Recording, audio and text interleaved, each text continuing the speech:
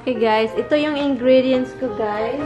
I have garlic, spring onions, onion, at saka ginger, at saka yung pepper, ano siya, habanero pepper, at saka yung lemongrass. And also, I have a baby spinach over here which I'm going to add. At saka yung clams. And so, andun siya sa tubig. And lulutuin ko lang siya later on. Mag-isa lang tayo guys. So, lagyan natin ng oil. Ang susunod nating ilagay is yung ginger. Ginger guys, ginger. I don't know you guys if you can see, but I try my best. And then, itong garlic. Garlic at ginger, then garlic. So, anuhin lang natin yan. Lutuin ang lutuin talaga until ma-brown. Nilagyan natin ito pala ng ginger guys kasi, di ba, seafood siya. Para mawala yung lansa niya. So, yun. Kasi malaking tulong itong ginger guys. Masarap sa mga lutuin at saka maganda sa katawan. Ang sarap nito. Kakain na tayo habang hindi pa luto. Joke lang. Anyway, so yun siya. Ang bango guys. As in, I wish you can smell it right now guys. Ang bango-bango niya. And then, isusunod natin si onion. Yan. I know, nagtataka kayo. Bakit may ginger? Sinabawan man yun. Hindi man yun ano. Dahil gusto ko may I mean garlic. You know, nagtataka yung iba dyan, bakit may garlic yung nilagay niya? Na sinabaw naman yung ano. Kasi gusto ko. So, mayroon kang naririnig na mga kalabog-kalabog. Ano yan? Naglalaba kasi ako guys. Naglalaba.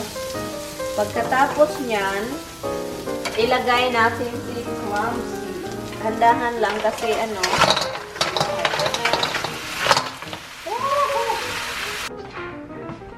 Damihan natin ang tubig. Yun, okay na yan. Diba? Struggle kasi guys, kasi ano siya. Struggle. Ano siya. Maliit yung ano ko. Ang susunod kong gawin guys is i-add ko si lemongrass. Anyway, before pala siya guys, magbo-boil, lagyan ko na siya ng pepper. Yan. Yan, ganyan. Kasi masarap yan. Peppercorn, I love peppercorn. Mag-a-add tayo ng salt.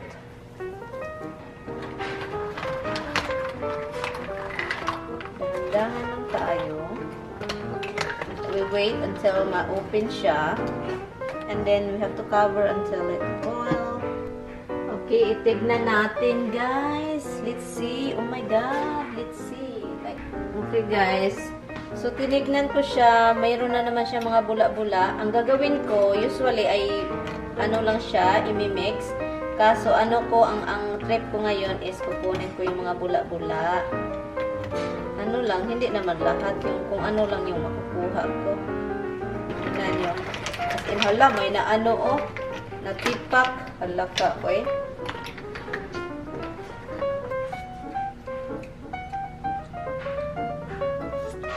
Sarap, guys. Dagdagan natin konti ng asin. Pero masarap na siya. Konting asin na lang. That's my husband for the best.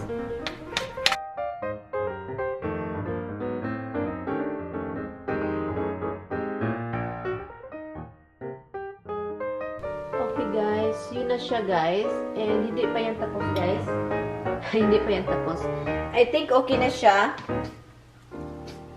Kasi seafood naman ito. Hindi naman ito talagang maluto, matagal. So, ilagay ko na itong spring onion, guys. Which is, I love green. Yun, sarap. Ang bango-bango. Ang bango. Ilagay natin itong spinach. It's washed na siya, guys. It's clean. It's ready to eat. Triple wash. You know? So,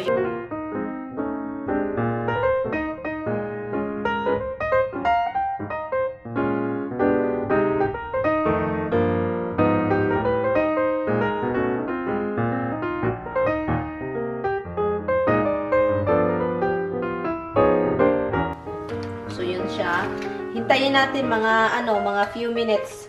Luto na to. Okay na siya. Ang gagawin ko is mag-Instagram tayo.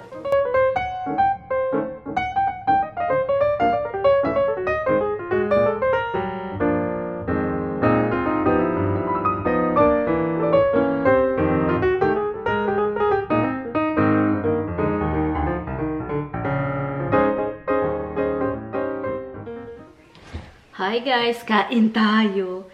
Hi guys, welcome sa channel ko. Mukbang tayo guys, ha? And kakain lang ako guys. 4:30 na ang aga kong kumain. Huwag na tayo mag-ano sa time kasi mukbang nga ito eh. I can eat anytime I want. Yeah. Sarap. Ilagay natin ito. Anyway guys, I have a dipping sauce here which is a vinegar, sukang pinakurat. And kasi gusto ko kasi may mga pakurat-kurat. Huh?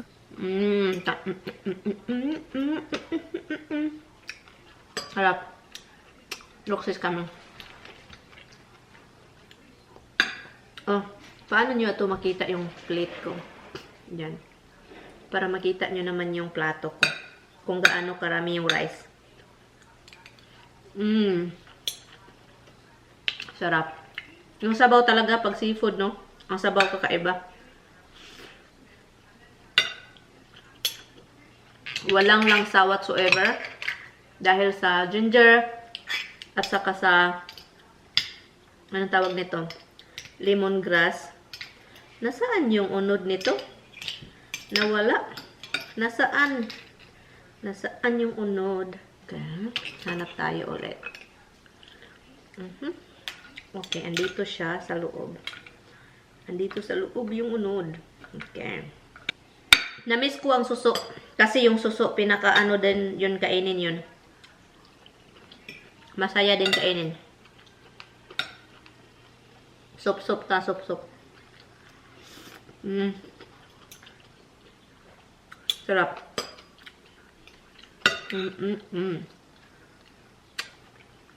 Sarap ng sabaw.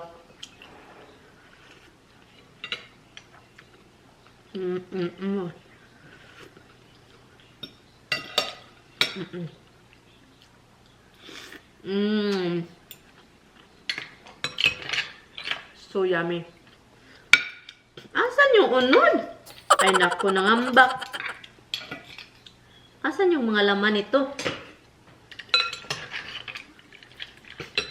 Tignan natin dito. Tignan natin kung kayo mga laman, ha? Di na kayo huwag kayong aalis ng laman. Okay. Hindi maingay guys.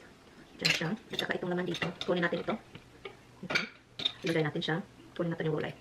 Kahit maliit yung, kahit marami tignan, pero maliit lang pala yung yung ganito, pag kunin mo, maliit na lang. Pero yung sabaw guys, at saka yung gulay, walang makapagbabago.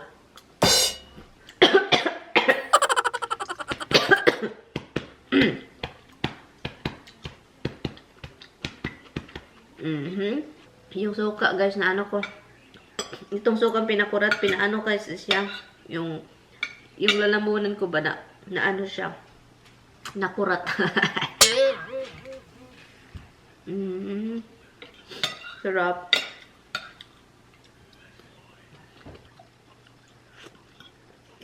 Kakay more. Timpla niya guys, sobrang sarap. Kasi kapag magtimpla kayo guys nito, dahan-dahan, and then you have to keep tasting it yourself. Kailangan mong tikman dito, tikman doon. Para malalaman mo talaga yung kung ano yung gusto mong lasa. Kung gusto mong salty, pero sana wag naman yung salty. Oy, kasi itong seafood na to, clams na to, pag maano na yan, maluluto, may mapipil ka talagang kind of like salty. Sea salting. Kind of like that.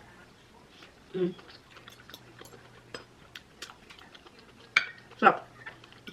With suka. Kahit ang suka. Kasi yung suka, maganda siya sa mga seafood.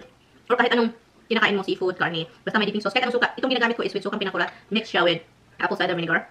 Nandun yun lang. Pero kung wala kang pinakurat, yung apple cider at saka yung lemon, i-ano mo siya, and a little bit of pinch of salt para may ano siya. So yun, sarap yan sa mga ganito. Kasi ako, mahilig naman talaga ako sa mga, may mga ganyan sa gilid, suka. Sana kasama ko kayo guys. Sana andito kayo para magkasama ako at matikman din niyo ito. Ayan guys, kansi.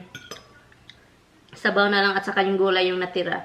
Masarap guys, don't worry. Kapag wala ng clams, wala na ito, yung seafood, don't worry, yung sabaw, sarap. Pwede nang okay na yan sa rice. Mga ganitong weather, maginaw, ay nako. Masarap talaga. Pichay sana ang inakuno ko dito. Kaso, yung pichay na nakita ko dun sa store is sobrang laki. And parang ayaw ko. Gusto ko yung mga pichay na mga, ano lang ba, yung pichay sa atin na, diba, hindi sobrang laki dito, mga malalaki. Uy, mga dambuhala. So, hindi ko na siya inano. So, sabi ko, spinach na lang yung kunin ko eh. At saka yung rice ko, sobra ding sarap kasi ano yung rice ko, guys, jasmine, goya. Yung pepper na nilagay ko, spicy yun. Habanero pepper, spicy yun. So, yung may na-test akong mga ganyan sa sabaw din. Yung mataas na sili. O yun.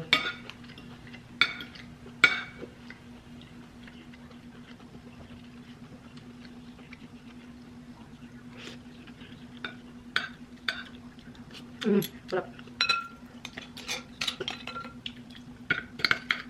Okay. May natira pa.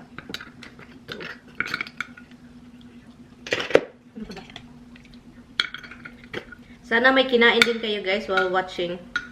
Para naman, yung iba kasi nagko-comment, nagugutom daw sila. Pasensya naman. Kasi ako din, mahilig ako manood ng mga vlog or mga video na tungkol sa pagkain, yung mga kain. Guys, if you haven't watched guys, nag-start ako nanonood ng vlog. Kahit noon pa, hindi pa ako nagmumukbang. Nag-i-enjoy na talaga ako manonood ng mga ito. Kung hindi nyo pa kilala sina Mark Waynes, gumagawa ng mga video na kain talaga ng pagkain. All over the world yun si Mark. Yun. So, wala na tayong shell dito. So, yan. Kainin natin ito. Namurok si Kuan dito. Parang may earthquake ata. Hala? May pusa, oh. Hala, kawawa naman yung pusa, oy.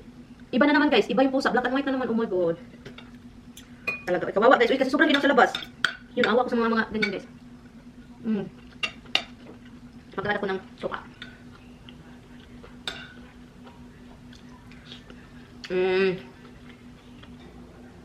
Kain muna ako. Sarap siya dito. Sarap. Hindi ka.